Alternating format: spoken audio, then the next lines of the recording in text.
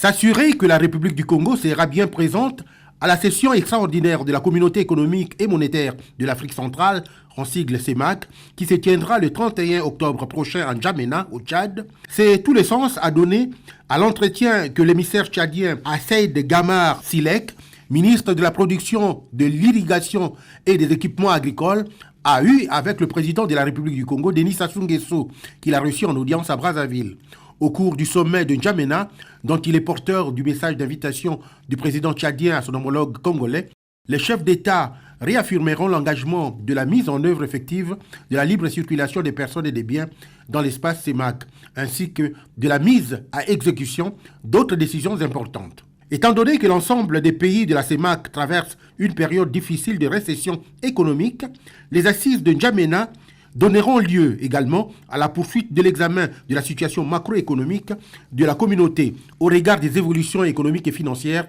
dans chaque pays membre. Je pense qu'il s'agira plutôt d'examiner la mise en œuvre de ces décisions, les retards dans ces mises en œuvre, notamment sur la question de la circulation des personnes et des biens, qui est une condition quand même fondamentale pour qu'une économie se porte bien. Les questions relatives à la taxe communautaire, qui a été retenu et qui n'a pas été reversé concrètement. Et il s'agira aussi et surtout de désigner ou de mettre en place les responsables de nouvelles structures, des structures de la CEMAC. La CEMAC aspire à devenir un espace économique intégré et émergent où règne la solidarité et la bonne gouvernance au service du développement des populations qui y vivent.